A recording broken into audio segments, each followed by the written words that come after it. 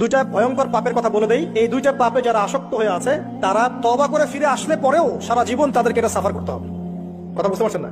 তওবা করে ফিরে এসেছেন মনে করে, তারপরেও আপনাকে সারা জীবন এই পাপের ফলটা ভোগ করতে হবে।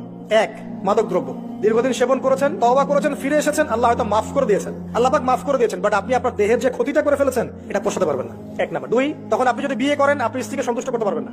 হ্যাঁ।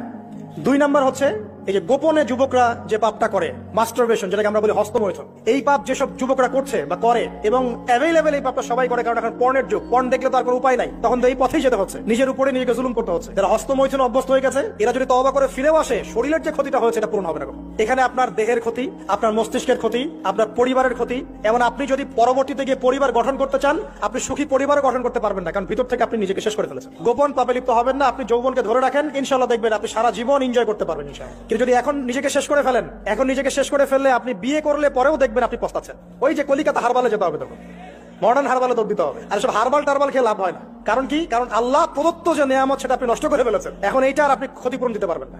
জীবনটাকে সিরিয়াসলি নেন। দেখেন, আমার মতো বয়সে, আমার চেয়ে প্রায় 10 বছর বয়স আগেই তারেক বিন জিয়াদ স্পেন জয় করেছিল।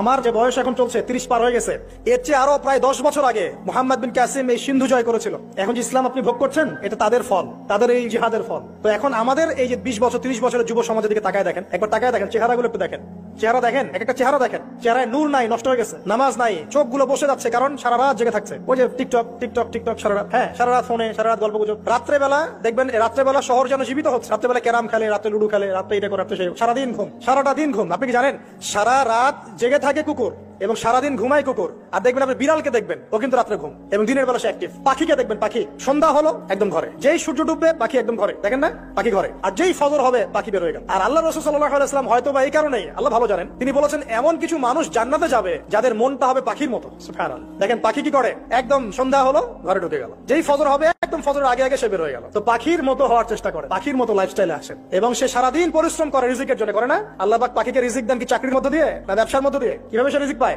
তাওয়াক্কুল, তাওয়াক্কুল, আল্লাহর প্রতি তাওয়াক্কুল। আর তাওয়াক্কুল করে কি সে ঘরে বসে থাকে না রিজিক সার্চ করে, রিজিক তালাশ করে? আপনিও রিজিক তালাশ করেন, আল্লাহ পাক রিজিক দিবে ইনশাআল্লাহ তাআলা। প্রিয় যুবক ভাইরা, আল্লাহর ওয়াস্তে তওবা করেন। যারা যারা মাদকদ্রব্যের সাথে সংশ্লিষ্ট আছেন বা থাকার সম্ভাবনাও ছিল, এ ধার কাছেও যাবেন না। ওয়াদা করছেন তো?